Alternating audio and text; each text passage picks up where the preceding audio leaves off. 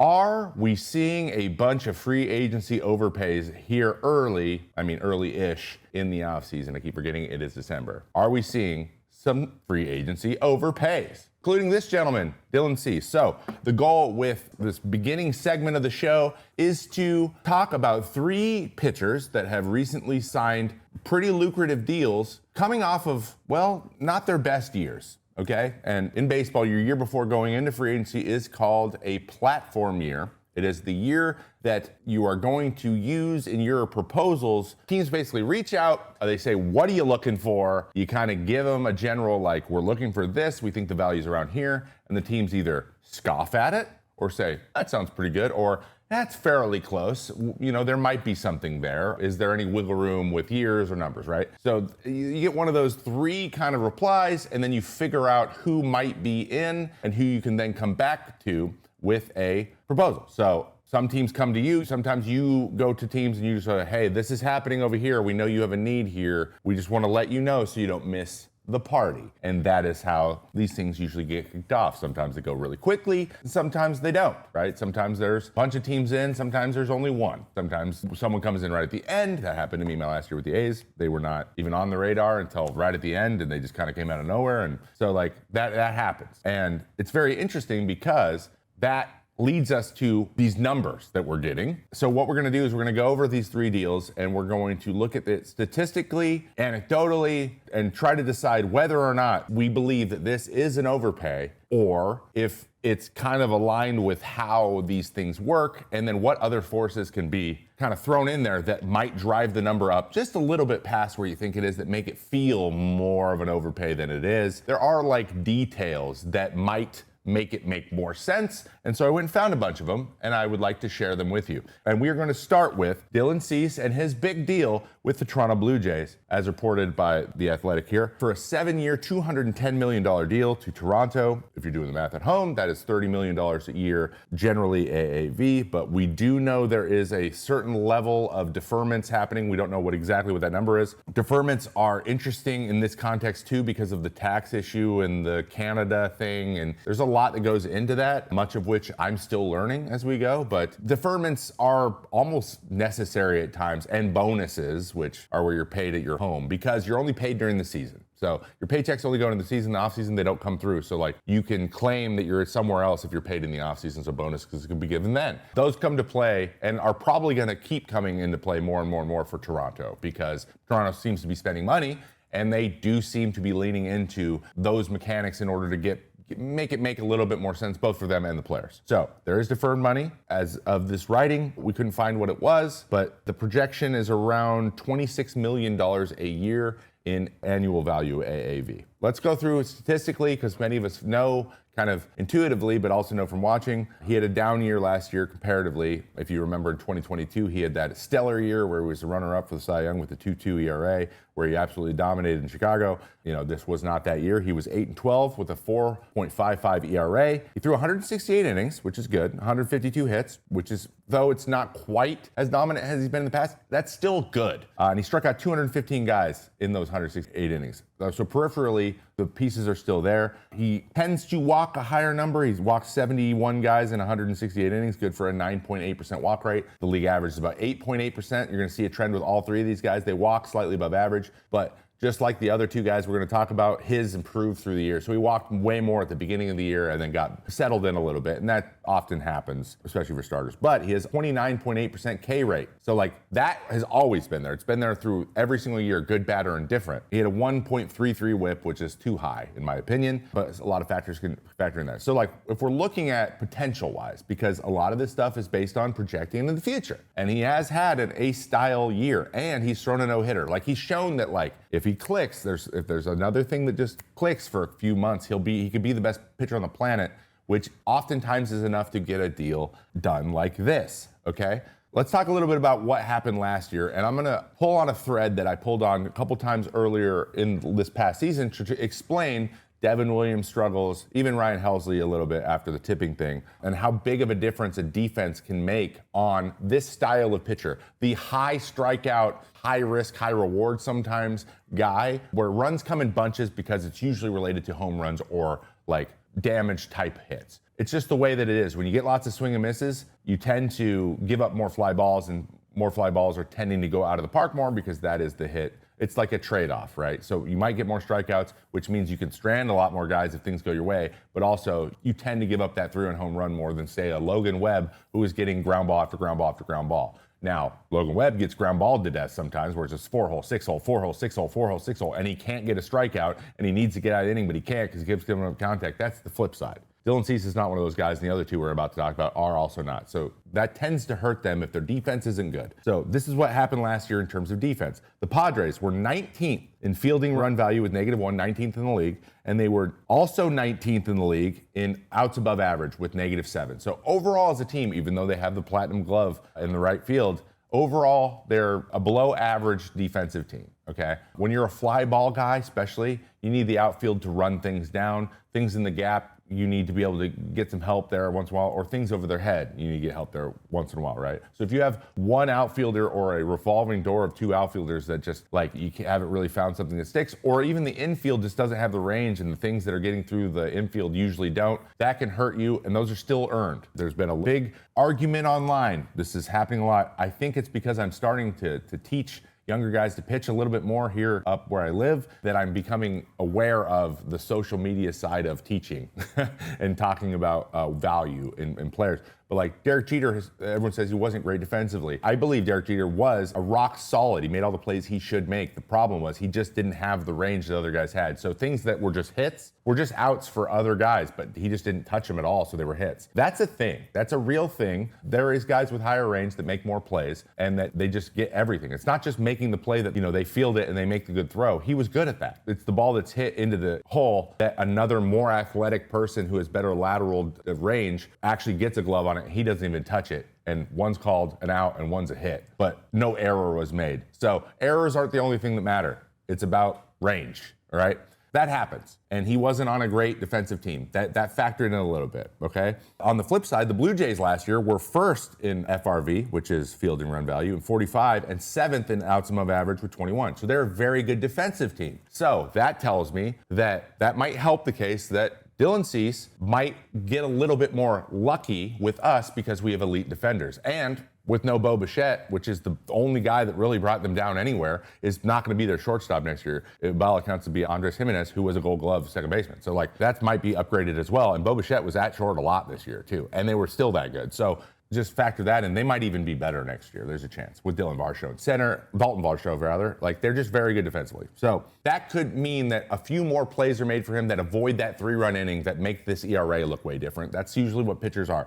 It's not guaranteed, but it probably will help. His batting average of balls put in play, which is always higher for strikeout guys, remember, because you have less balls put in play, and that means the hits you do give up are a higher percentage of those hits, so therefore that batting average will be higher. It's still higher than his career average. He had a 323 BABIP, and his career was 297, so it's 25 points above. I like BABIP only when you are comparing it to the same person. So if you're comparing a guy's BABIP this year to their historical BABIP, that's a good way to say unlucky or lucky. If you're comparing it to the league, everyone's different, right? Ground ball guys have lower BABIPs because they give up more balls in play, and so that same number of hits is a lower batting average. They just have lower ones generally. So there's no benchmark number that's good. It's only comparative to yourself. And if you are historically a 270 guy and you have a 350, something's going on. Things are being hit that were hits that weren't before. A lot of times it's defense. A lot of times it's your location. You're just not locating very well. Sometimes it's both. His was a little bit high, but actually not super crazy. So that doesn't fully explain only the defense, but it probably was a little bit of the factor. Again, it just takes 1 or 2 or 3 big hits to account for 7 or 8 more runs than you would have given up, which could be a full run on your ERA, right? That is how fast these things can swing, especially if you're a reliever. So it's worth noting. He had a little bad luck. He didn't command the ball very well either. So a lot of this is on him, and he didn't have a great defense. So he just wasn't put in a position to get away with a lot of stuff. You know what I mean? Sometimes the margin of error is not as big. This year it wasn't, so that could account for it because a lot of the other peripheral numbers were there. So is he being overpaid is the question. Let's look at how teams look at it. They factor in WAR. I know everyone hates WAR. WAR is important. So the 2 WAR numbers I look at are B WAR and F WAR. B WAR is baseball reference WAR. That is what happened. F-WAR factors in things that can be projected, what we think should have probably happened based on how he pitched. So if there's a big discrepancy between these, sometimes there's some bad luck in there. Sometimes projections aren't like foolproof, obviously, but they do account for more stuff usually. So his B-WAR was a 1.1, but his F-WAR was a 3.4. Blue Jays are like, I know he had a 4.5 ERA, which is high-ish, but everything else lines up to what we expect from him, and he's healthy. So we still feel better about this. So right now, this is last year, the one WAR was like 7 or 7.5 million per on the lower end. Let's say it's anywhere from like 8 or 9 million this year, because that's how markets work. So if he is averaging for his career, which he is, he's averaging on average between both WAR numbers he gets about 2.5 to 3.5. He's about a 3 WAR player a year. That would account to about 24 million if we're saying it's 8 million. So if he's projected to be about a $24 million player based on WAR, and he's getting paid 26 after the deferments, it's pretty close. Pretty close at least. They're making that distinction behind closed doors. And he's also probably the prize starting pitcher. So that means other teams are probably involved, which could account for that extra 2 million. Maybe they had to go 2 million more in order to beat everybody else. That's when the bidding war comes in. So we've established value. We know what we want to do. And then you have to beat another team's number. That is how this thing unfolds, and that's why sometimes you can get this little push past what maybe the average perfect value is. Maybe you get a little bit more than that because there was another team that was serious about it, and the difference between getting you and not getting you was worth the extra million or two. And I think that's what we saw here. I genuinely do think that's what we saw. And also, there are a few other pros I think that are worth mentioning. One, he's extremely durable. I don't think people realize this, but he has thrown 30 plus starts. I think it's 31 plus starts actually, 5 years in a row. He has thrown over 168 innings is actually his low. He has thrown in the high 100, 160, 170, 180, 190 innings every year for 5 straight years and made 30 plus starts. So he's not been hurt. That is a huge, think about the state of the game now. That's a big deal. But that can have a flip side, which I'll talk about in a second. And he has ace potential. He has a no-hitter, and he has a year under his belt where he almost won a Cy Young. So it's in there. They feel like it's in there. And if we can get it in Toronto, if we can bring that out of him just a little bit more, then we could potentially be getting more value than we're paying. I think that's pretty good. I think he could potentially be an ace. He gets a little bit erratic. He does walk too many guys. Again, though, that's something you can learn to be better at. That can be a little bit of development. That can be some mechanical cue. That can be something in your brain that changes and you just suddenly don't walk people anymore. He could do that at any point. That's part of becoming a better pitcher. The more places you go, the better chance you have to do that. I would say after being that healthy for that long, he's thrown a lot of innings and he throws hard.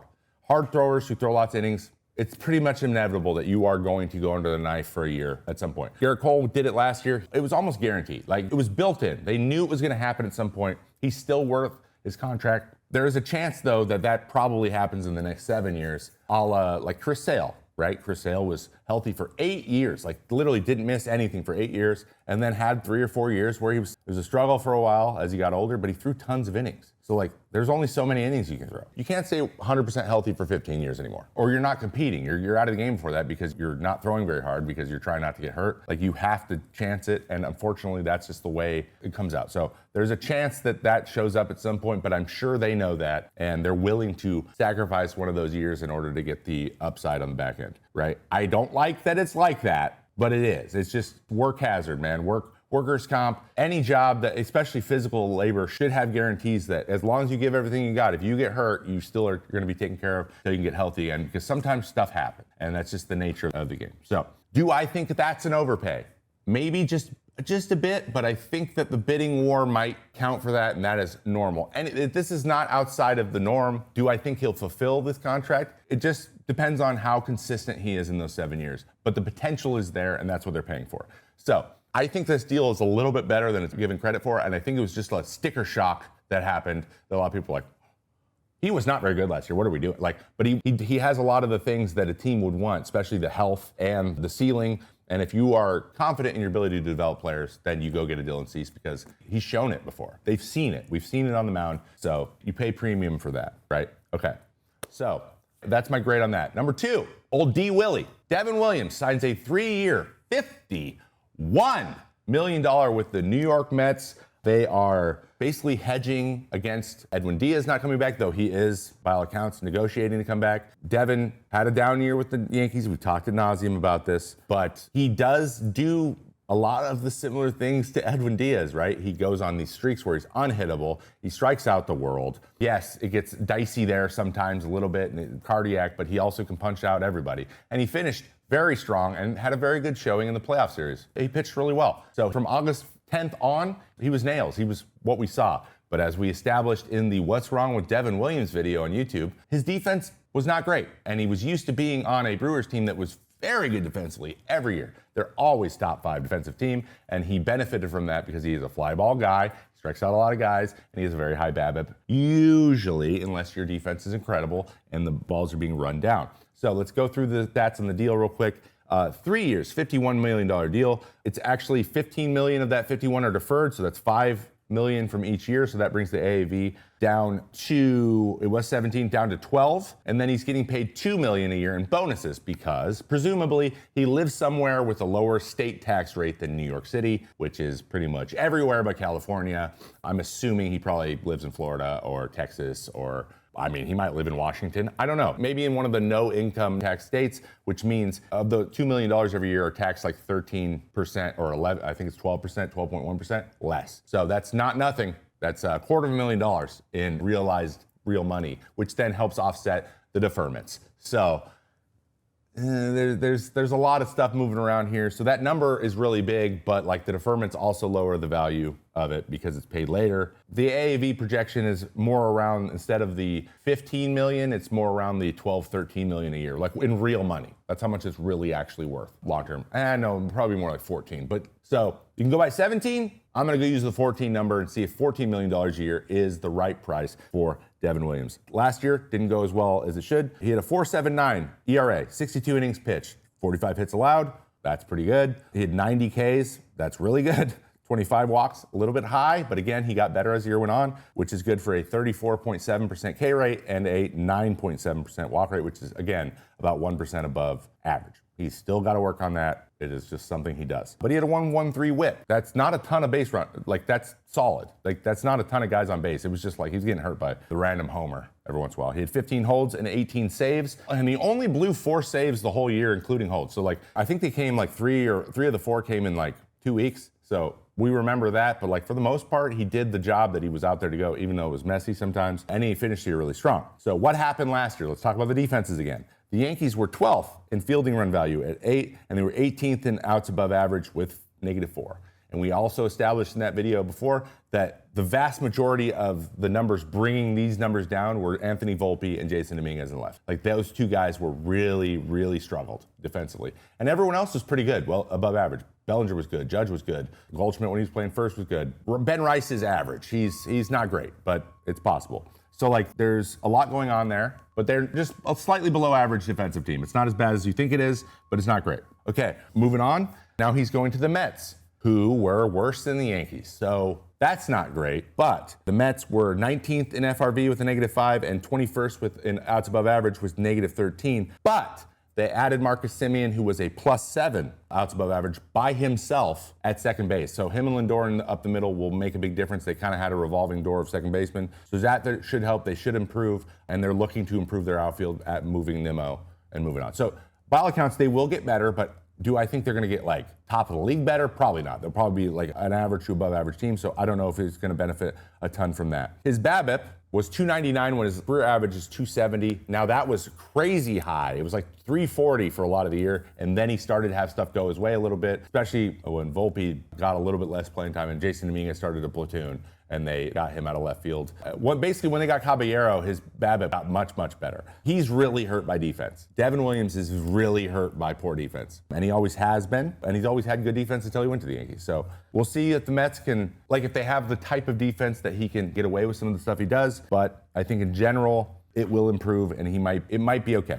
In WAR, he had a .3 B WAR and a 1.1 F WAR. Again, big discrepancy. So they're like, got a little bit unlucky with some defense stuff and some timing stuff, and that made it look a lot worse than it maybe was. I agree with that statement. Though he wasn't as dominant as he was before, just general. Even the underlying numbers weren't as good, but they were more in line, and he just wasn't getting the results until August, and then he started getting those results, and then we saw what a good version of him is. So he gets about a 1.1 to a 1.4 WAR every year. Again, we're saying $8 million per WAR. That takes us to what, 10 to 12 million a year-ish as fair value just based on WAR. So he's getting 17 AAV, but again, we're going to take that down to 14. Still a little bit of an overpay, I think. Even with the deferrals, it's still like 14 and a half. So yes, he's maybe making a little bit more money, especially with a 3-year deal. A little bit more money than his value shows from last year, but again, he has track record before that, so maybe that adds a couple more years. And also, he's one of the premier relievers on the market, which then does what? Creates a little bit of a bidding war, makes him affordable, and him and like Edwin Diaz, he's worth more. Like, he's more expensive than Devin Williams, so maybe the team's like, we're not going to be able to get Edwin Diaz. We're not going to be able to coax him away from the Mets. They're just going to outbid us anyways, so let's go for the number 2 guy. That's Devin Williams, and then maybe there's a bidding war that bumped it up a little bit. So, is this an overpay? I think slightly, maybe I'm leaning that way, but again, I think it's accounted by the way that free agency works and the way that the market is where he sits in that depth chart. It's pretty close. He maybe got a scooch more than I would have guessed. I would have said like maybe 345. That would have felt more close to right on. But again, I love it when players can get just a little bit more. Again, it's about furthering the market as well. So that job was done as well. I don't think this is a crazy deal either. Maybe the years is crazy. Maybe it was a 2-year deal would have been more sense. Maybe opt-outs after every year would be different. Like we're trying to re-platform. I don't know. Those things weren't in there though. So maybe it's a little bit risky, just barely. But like, I think he's gonna be fine. And he's played in New York for a year, so he knows what to expect. Not horrible. And if they got Edwin Diaz, I'm feeling really happy about it. Okay, now our last deal before we move on, Ryan Helsley signs a 2-year, $28 million deal with the Baltimore Orioles. And he has an opt-out after the first year player option. So he has 1 player option, opt-out. When there is a player option, like what Blake Snell did with the San Francisco Giants, Pete Alonso did with the Mets, when there's a player after the first year with a high AV, that is a re-platforming year. They're hoping they can go recoup some of their value and then possibly test free agency again to get the big payday. So it's basically just called a bridge deal. This feels like a bridge deal with some security on the back end, meaning like if it doesn't work out, I can still opt in, make that $14 million on the back, and they have to pay me. No one wants to have to approach it that way, but that is why that's there. Okay, so that's $14 million a year. As far as I know, there's no deferments. And this is his last year. He had a 4.5 ERA, 56 innings, 61 hits allowed. That's a red flag for me. Giving up more hits than innings as a reliever is a red flag, especially when you throw 100. 63 Ks, still not a super high K rate, and 25 walks. For a 25% K rate and a 9.9% walk rate, which is the highest of the 3 we've talked about, with a 1.5 whip. Those numbers are not as good as the other 2. Like his underlying numbers aren't as good as the other 2. They're not screaming that he just had a weird year. There was something else.